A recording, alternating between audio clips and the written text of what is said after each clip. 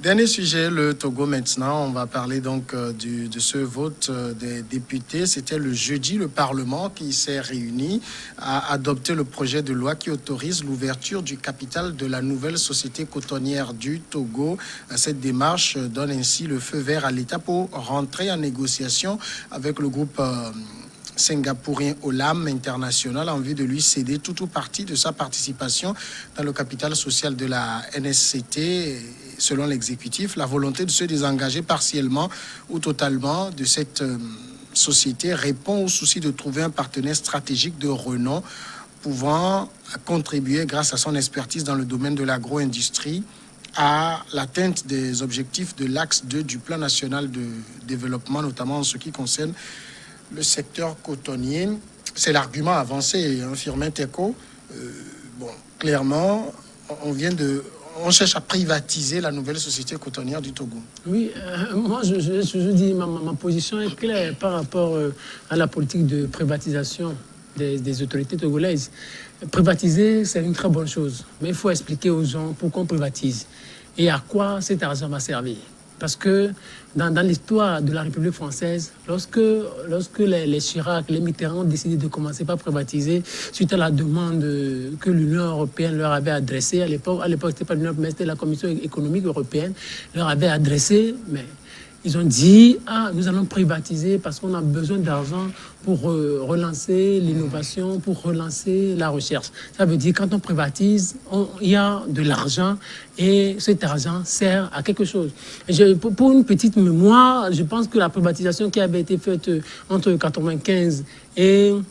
je pense souvent de 2007, entre 95 et 97, cela a rapporté à l'État français plus de 40 milliards de francs. Donc ça veut dire, ça rapporte. La privatisation, par exemple, qui a été faite sous Jospin de 97 à 2002, ça leur a permis d'avoir plus de 210 milliards d'euros. Donc c'est des choses qui rapportent. Et cet argent, on l'a investi dans la recherche, dans l'innovation et dans la relance de l'emploi, de l'économie, de la politique de l'emploi de la République française. Maintenant, ici, on privatise au Togo, c'est une très bonne chose. Mais pourquoi on privatise? Et cet argent-là, il faut qu'on nous dise à quoi cet argent-là sert. Depuis qu'on a commencé par privatiser là, maintenant, combien nous avons pu engranger en termes d'argent, en termes de francs CFA, en termes de milliards? Et cet argent-là a servi à quoi? Parce qu'on va privatiser aujourd'hui la nouvelle société cotonnière, c'est une bonne chose. Mais pour les générations qui sont là aujourd'hui, il faut qu'on leur explique à quoi cet argent-là sert. Quand on dit que l'État cherche à se désengager pour trouver un partenaire qui a de l'expertise en matière, en tout cas, de gestion de ce domaine précis, est-ce que ça veut dire que pendant des années, l'État reconnaît que j'ai manqué d'expertise finalement? C'est un peu le problème. Il y a un constat qui est fait dans le choix des sociétés à privatiser. Malheureusement, ces sociétés qui sont choisies sont celles qui sont porteuses de résultats assez intéressants. On a vu le cas de Togocel et de Togo Télécom qui ont été fondus en une seule entité et qui après ont été privatisés. Mais aujourd'hui, quand on vous dit le chiffre d'affaires que réalisent Togo Télécom et Togocel, vous vous dites que c'est à quoi ça sert de privatiser. Alors, quand on parle de manque d'expertise, non. L'État avait le monopole de la gestion de ces sociétés. L'ancienne, la défunte Sotoko, c'était ça. Dans le temps, c'était Société Togolaise du Coton, qui a été changée après en nouvelle Société Cotonnière du Togo, engrangeait beaucoup d'argent. Et quand on vous donne les résultats d'une saison, on vous parle des milliers de tonnes de coton qui ont été produits. Ça veut dire que c'est bon, ça va. Et ces sociétés bénéficient aussi de l'appui des différents projets. On a parlé de PNIASA, on a parlé d'autres projets qui sont pilotés par le ministère de l'Agriculture. C'est des sociétés qui avaient de quoi relever le défi. Et elles le faisaient si bien.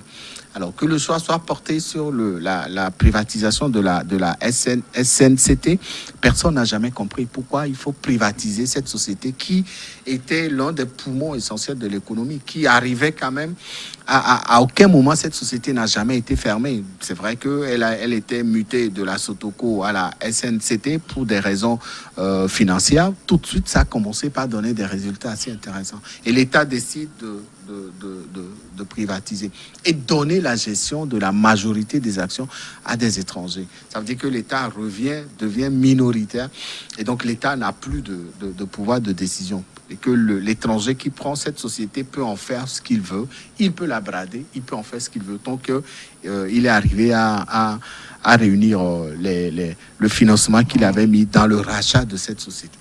Alors aujourd'hui, la question qu'on se pose est de savoir quelle est la raison de ces privatisations. Est-ce qu'il y a un besoin, est-ce qu'il y a une urgence en face?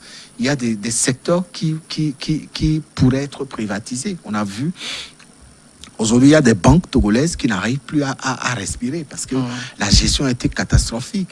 C'est l'expression aussi quelque part du constat qui est fait de la mauvaise gouvernance, de la mauvaise gestion qui est faite de certaines sociétés qui sont confiées à des entités. La Société nationale des phosphates du Togo avait été bradée aussi comme ça à des Israéliens.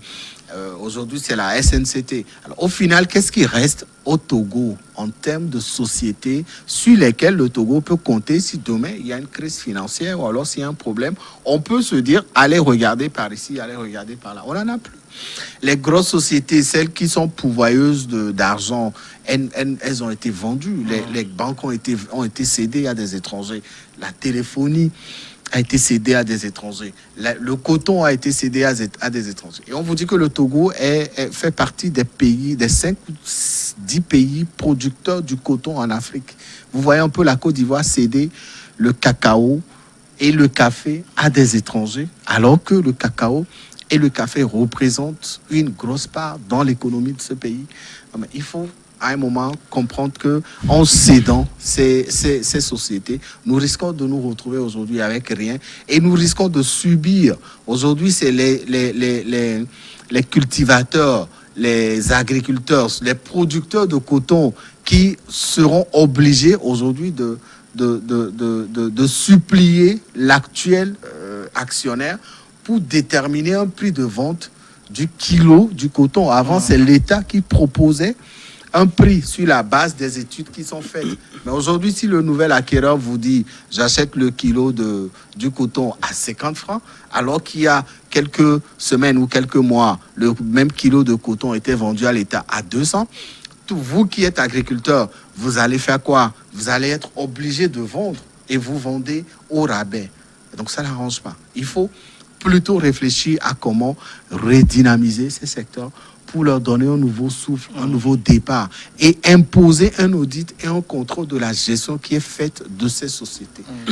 Moi, je voudrais dire quelque chose. Je ne suis pas trop d'accord avec David, surtout en ce qui concerne cette politique économiquement nationaliste à laquelle beaucoup de Togolais, beaucoup d'Africains attachent beaucoup de prix. Parce qu'aujourd'hui, le monde est en train de s'ouvrir.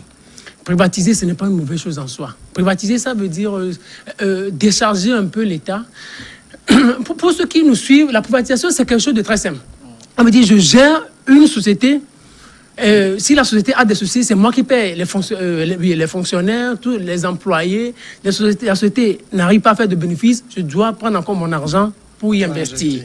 C'est ça qui est difficile des fois pour les États. Donc, alors que j'ai besoin d'argent pour investir dans d'autres secteurs. Alors, je confie cela, puisque cette société a des difficultés, et moi-même, j'ai des difficultés financières, je confie cette société-là à quelqu'un, aussi étranger soit-il, que la société ait eu ou pas à faire des bénéfices. Moi, à la fin du mois ou à la fin de l'année, moi, je dois avoir mon argent sans que je n'ai fait assez d'efforts. C'est comme ça la privatisation. C'est en cela que ça rapporte à beaucoup de pays. Par exemple, je vais vous étonner, quand Donald Trump est arrivé, il dit, quand on voit un peu le contrôle aérien, tout le système aérien des États-Unis, ça nous revient tellement cher. Alors qu'on manque d'argent. Qu'est-ce qu'il faut faire? Privatisons le contrôle aérien. Donald Trump a cherché à privatiser le contrôle aérien des États-Unis. Vous voyez un secteur tellement stratégique. Donald Trump dit, mais on a besoin d'argent. Alors, si on le confie à des étrangers, si on le confie à des privés, ça va beaucoup plus nous rapporter. C'est comme ça on privatise. Par exemple, sous le président le plus populaire, Bill Clinton, quand lui il est arrivé, il dit les États-Unis venaient de sortir de la guerre. Alors qu'on a besoin d'argent pour relancer l'économie, on a besoin d'argent pour relancer les renseignements. Alors qu'est-ce qu'on fait? Confions une partie des renseignements américains aux étrangers ou à une société privée. C'est ce qui a été fait. Encore un exemple, David, vous savez, en France, par exemple, il y a des sociétés qui ont été privatisées où l'État n'a conservé que 2%. Ça existe jusqu'à présent. Mais ça rapporte beaucoup plus à l'État. Dans l'histoire de la privatisation de la République française, quand vous voyez par exemple, les Français étaient tellement contre, ils étaient tellement nationalistes, ils étaient tellement contre la privatisation. Mais l'Union européenne, à l'époque, la CE, les avait rappelés alors, leur avait dit, mais vous avez besoin d'argent pour lancer votre économie, alors que vous êtes en train de réaliser des pertes dans vos sociétés. Alors sortez de ce nationalisme-là pour confier vos sociétés à des privés ou à des étrangers. Et au départ, regardez, je vais vous donner un chiffre un peu bizarre. Au départ, en 1983, l'État, les sociétés que l'État dirigeait lui-même représentaient 3500. Et cette société-là employait plus de 2 500 000 personnes. Lorsqu'on a lancé la politique de privatisation, quand Hollande est arrivé avec Jean-Marc Ayrault en 2013, on a essayé de faire le bilan. On a dit, la privatisation, ça nous a rapporté assez de milliards. Mais faisons un petit bilan. Au moment où les sociétés représentaient 3 500, sous Hollande, après toutes ces privatisations, c'est devenu à 1444 sociétés. C'est ça rapporte. Maintenant, regardez, on dit, la société employait plus de 2 500 000. Avec la privatisation, aujourd'hui, là, les sociétés qui sont restées et qui ne sont pas privatisées emploient plus de 800 000 personnes. Or, avec tout ça, on a eu assez de milliards. Ça nous a permis de relancer l'économie, ça nous a permis de relancer la politique de l'emploi, ça nous a permis de relancer la recherche, ça nous a permis de relancer l'innovation. Donc, juste dire que cette politique économiquement nationaliste, elle est fermée. Le monde aujourd'hui est en train de s'ouvrir. Je voudrais d'abord apporter une précision. Le monde va évoluer sur le plan économique. Oui, je voudrais d'abord apporter une précision. Je n'ai pas dit, ou personne n'est contre la privatisation. Hein. Non, mais les exemples que vous citez aux États-Unis, en Europe, etc., lorsqu'on privatise une société, on sait à quoi servira cet argent. On sait à quoi cet argent a servi aux États-Unis. Oui. Est-ce que chez nous, on sait à quoi servira l'argent de la privatisation d'une société? On a privatisé Togo Télécom. À combien de milliards? Cet argent va servir à quoi? C'est l'interrogation. De deux, lorsqu'on choisit une société pour décider de la privatiser, ça veut dire qu'il y a un problème de gestion en amont. Il faut chercher à savoir pourquoi cette société elle est mal gérée. La société togolaise de coton, l'ancienne société togolaise de coton, aujourd'hui transformée en société nouvelle société cotonnière du Togo, n'est pas encore asphyxiée. Cette société dispose d'un budget assez intéressant et elle participe à l'émancipation des agriculteurs togolais à travers l'achat et la vente des cotons qui sont produits. C'est une société qui se porte, bref, bien aujourd'hui. C'est un peu comme la téléphonie qu'on avait cédée aux étrangers. Quand on décide de céder une partie ou de céder une société à des étrangers, ce qui est intéressant, c'est que l'État doit sauvegarder ne serait-ce que sa marge d'inspection, de contrôle sur la gestion de cette société. Parce que cette société, elle appartenait à l'État. C'est l'État qui l'a créée. Ce n'est pas les nouveaux acquéreurs qui ont créé la SNCT. C'est l'État qui l'a créée avec un capital qu'il a investi.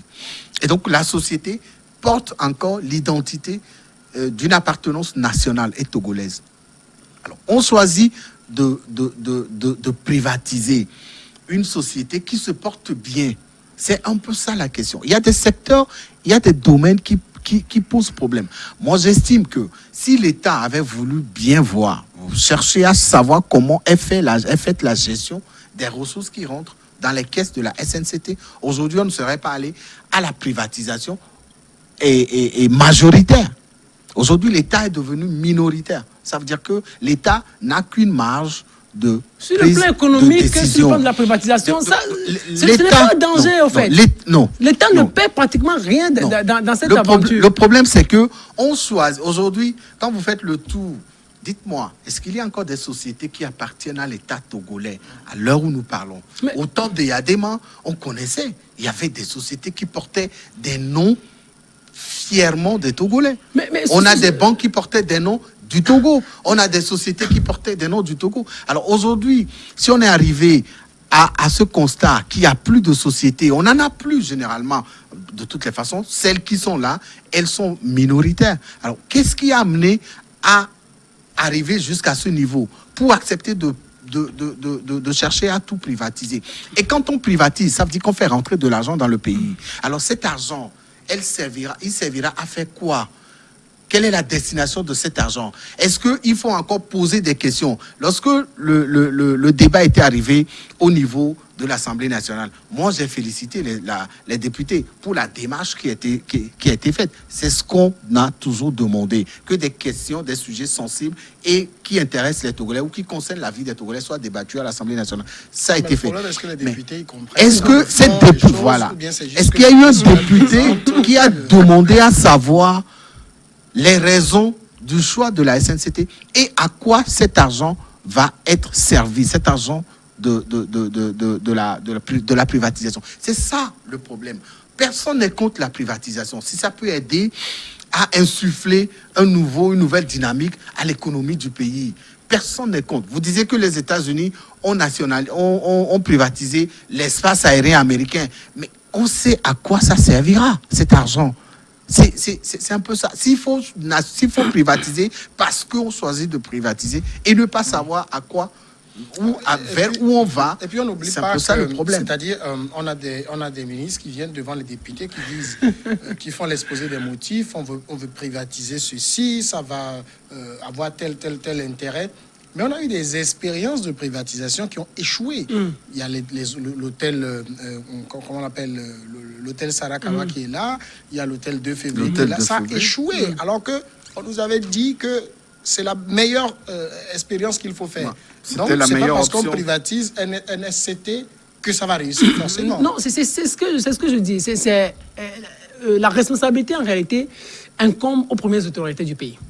Parce que elle n'arrive pas à rendre compte au fait. Il n'y a pas de la transparence en la matière, dans ce domaine de privatisation. On me dit juste, on privatise. On ne nous donne pas les raisons fondamentales, à quoi cet argent sert. Et maintenant, lorsque les privatisations échouent, on ne revient pas devant le peuple pour lui dire, ah, nous avons eu des difficultés et voilà où nous en sommes arrivés. Mais à l'avenir, nous allons faire mieux. C'est ce qui manque, au fait. Sinon, la privatisation, au fond, c'est une très bonne chose. Mais moi, je dis toujours, il y a de la communication qui manque. Il y a de la transparence qui manque. Tout cet argent, tout cet argent que nous avons pu engranger du temps du 2 février, du temps de Sarakawa, à l'époque, c'était l'hôtel Mercure. Mais après, c'était l'hôtel Ibis aussi. Donc, tout cela, tout cet argent que nous avons pu engranger, ça a servi à quoi? Comme David le dit, c'est la grosse inquiétude. Et puis, l'autre chose que je voudrais, c'est que on a toujours dit, mais nos députés, est-ce qu'ils posent les bonnes questions? C'est ça la question. Est-ce qu'ils posent les bonnes questions? C'est pas parce qu'on dit on va privatiser la LCP. En fait, est-ce qu'ils ont aussi le temps? Parce que moi, j'écoute un certain nombre de députés qui vous disent, parfois, c'est la veille qu'on vous appelle, demain vous avez rendez-vous pour tel test. Est-ce qu'ils ont le temps matériel d'avoir les tests, d'étudier, de se donner les services de conseillers économiques, financiers et tout ça, pour qu'on leur explique dans le fond? On les prend à la volée, ils viennent, le ministre fait son exposé, c'est la loi de la majorité, on donne une consigne, tout le monde lève la main. Non, et puis sur ce plan, c'est dangereux pour la République. Du moment où vous êtes les élus de la nation et on vous appelle avec pour venir voter un test qui engage la vie de la nation, vous dites non, vous avez besoin d'assez de temps. Vous avez besoin, même si la majorité... Les gens de la majorité iront. Hein. Mais écoutez, même la majorité, mais je m'adresse même beaucoup à beaucoup de la majorité. Est-ce que qu'un député de la majorité peut demander un sursis pour réfléchir sur un sujet qui est passé à l'Assemblée nationale parce qu'il n'aurait pas compris? Tu es sûr qu'un député de la majorité peut... Non, il y a une pratique. C'est la pratique que nous dénonçons ici. C'est la pratique que nous dénonçons ici. Que ce soit la majorité ou de la minorité. Lorsqu'on vous appelle pour un test, alors que cela engage la vie de la République, vous dites, mais donnez-nous encore un peu de temps pour réfléchir à la question. Vous ne venez pas, puis il y a le ministre qui vient faire son exposé, et puis vous dites, la majorité lève le doigt. Il y a des gens qui ne posent pas les bonnes questions, qui ne comprennent même pas le fond du sujet. Quand vous les appelez, vous les interrogez sur la privatisation, l'histoire même de la privatisation, les députés devront en réalité nous répondre. Mais peu seront ceux-là qui nous répondront avec efficacité. C'est ça qui est un peu grave. Moi, je voudrais, même si on peut privatiser 90% des sociétés togolaises, moi, ce sera une bonne chose. Mais à condition qu'il y ait de la transparence et que cet argent-là soit utilement utilisé. Et l'autre chose que je voudrais répondre ou répliquer à David, c'est que des fois, on n'a pas besoin que la société se porte bien ou pas avant qu'on la privatise. Et puis, même si la société se porte tellement bien, nous sommes, c'est là où je le dis toujours, nous sommes dans un monde ouvert où on parle de compétitivité. Parce que peut-être notre société, nous disons, oui, elle est bien, mais si on veut l'ouvrir peut-être aux étrangers... Généralement, l'espérance de privatisation, c'est quand ça ne va pas et on pensait que le privé gère mieux. Parce qu'il lui a intérêt à avoir du bénéfice. Mais quand ça va très bien... Voilà, je ne vois pas... Au nom d'une certaine compétitivité, on peut l'ouvrir. Non, les privatisations touchent beaucoup plus des sociétés en difficulté. Ou alors quand l'État n'a plus les moyens pour faire face aux dépenses de cette société, l'État peut décider de privatiser et confier la gestion à une entité privée. Mais en prenant soin de garder ce qu'on appelle sa marge de contrôle. Lorsqu'une société se porte bien, comme Togo Télécom ou Togocel, et que l'État veut privatiser cette société, elle privatise à moins de 51%. Et l'État garde la part majoritaire. Parce que l'État a besoin d'argent pour insuffler dans le développement de cette société. Mais quand la société se porte bien, que vous la privatisez, que vous perdez votre responsabilité de majoritaire, alors là, vous sacrifiez. C'est-à-dire que demain, les malgaches ou les nouveaux acquéreurs peuvent transformer Togocom en n'importe quoi. Ils ont leur droit. Ils vont le faire. Alors, sur le cas de la SNCT, je voudrais demander aux députés qui ont accepté de donner le OK au gouvernement, de demander à voir comment, pour une fois en tout cas, comment la gestion ou comment l'argent va être géré. Pour savoir que demain, lorsqu'on va les rappeler encore pour un autre vote, qu'ils comprennent que en acceptant de voter pour une privatisation, c'est que nous savons à quelle destination va arriver cet argent, puisque cet argent, il appartient à tous les Togolais, il appartient à tout le monde, et tous les Togolais ont le droit de savoir comment cet argent il est géré. Alors, si l'État lui dit, par exemple, pour le cas spécifique de la nouvelle société cotonnière du Togo, que le groupe Olam qui va, en tout cas avec lequel on va entrer en discussion pour la reprise, a de l'expérience et tout, l'État dit qu'il ambitionne atteindre les 200 000 tonnes de coton grain à l'horizon 2022, alors qu'actuellement on tourne autour de 116 000 tonnes. Ça veut dire que la société qui reprend va devoir injecter de l'argent, va devoir opérer un certain nombre de réformes, va devoir fournir les intrants. Mais à la fin, est-ce que ceux qui cultivent ne vont pas sortir perdants de toute cette manœuvre? Non, du tout. Parce que plus il investit, plus il va vouloir faire son profit à lui. C'est un privé, on ne va pas se voiler la face. Il est là pour faire du profit. Il n'est pas là pour renflouer les caisses de l'État. Et l'argent, ça va au Singapour, ça ne reste pas au Togo. Non, bien sûr. En tout cas, moi, je dis... Attends, l'expérience est là. Ce n'est pas la première privatisation à laquelle l'État fait face. Oui, on a dit que toutes n'ont pas marché. Moi, je me rappelle encore quand on nous faisait le point sur le truc de l'hôtel Mercure, on nous disait que ce qui était contenu dans le contrat, il fallait rénover les chambres. Rien n'avait été fait. Le monsieur, il a fait son argent, qu'il a rapatrié. Après, on lui a retiré. Il est parti tranquille chez lui. C'était le même cas. Non, moi, je dis simplement que l'État doit être tellement aguerri aujourd'hui avec tout ce qu'il a comme expérience en la matière. Alors aujourd'hui, si les premières années n'ont pas été concluantes, l'État peut se désengager. C'est ça, si les premières années n'ont pas été concluantes et le co-contractant n'a pas respecté ses engagements, mais l'État peut se dire, il peut le rappeler à l'ordre, messieurs, voilà les engagements auxquels nous avons souscrit, mais vous n'avez pas respecté, si toutes les clauses là, vous ne les avez pas respectées, alors on se désengage ou vous redoublez d'efforts pour que nous puissions avoir notre part dans cette affaire. Mais c'est-à-dire, il ne faut pas... Ça profite aux cotonculteurs. dans ces moments de difficulté, les cotonculteurs perdent. Dans ces moments de la privatisation vient apporter une solution à ces cotonculteurs qui perdent dans ces moments de difficulté, comme tu le dis. Mais la question est de savoir, si le nouvel acquéreur ne remplit pas ses engagements, l'État va se limiter juste à un rappel à l'ordre. C'est tout. L'État n'est pas majoritaire. Dans la nouvelle, dans la nouvelle nomenclature de la SNCT, l'État n'est pas majoritaire. L'État ne décide de rien. C'est le nouvel acquéreur qui est majoritaire, qui décide. Et c'est lui qui impose maintenant à l'État ses obligations. Vous vendez, vous privatisez à plus de 50%. L'État est à 10 ou à 12%. 9%. Dans la SN. Bon, actuellement, l'État détient 60% et 40% des actionnaires. Donc, l'État va libérer la majorité de ses parts. Voilà. Il va se retrouver c'est ça aussi le danger. Quand vous libérez la majorité de vos parts, vous les mettez dans les mains du nouvel acquéreur. Le nouvel acquéreur vous dira, si vous le rappelez à l'ordre, nous sommes à nos débuts, donnez-nous du temps, 5 ans, 10 ans. Et pendant ce temps, c'est le cotonculteur qui est en train de tirer le diable par la queue. Et donc, cette privatisation, au lieu de d'arranger, parce qu'au final, c'est pour arranger l'investissement qui est fait par le cotonculteur. Ce cotonculteur se retrouvera dénudé de tout soutien financier. Ça, c'est en deux. J'ai jamais compris pourquoi il faut privatiser la SNCT. Quand on sait le nombre de milliards que les différents projets, c'était parti par le PNIASA, après, il y a eu le PPAO, il y a eu plein de projets qui sont passés par le ministère de l'Agriculture pour justement renforcer le secteur agricole de ce pays. On a mis de l'argent, on a investi des milliards dans l'agriculture togolaise. Alors, comment se fait-il qu'on investit de l'argent dans l'agriculture togolaise et au même moment, on cherche à privatiser un secteur qui est porteur? On a encore plus besoin d'argent peut-être. Merci, on est arrivé à la fin de cette émission. Merci, Firmin Teko. Merci, Samuel. David Jagbavi, merci beaucoup. Merci bien.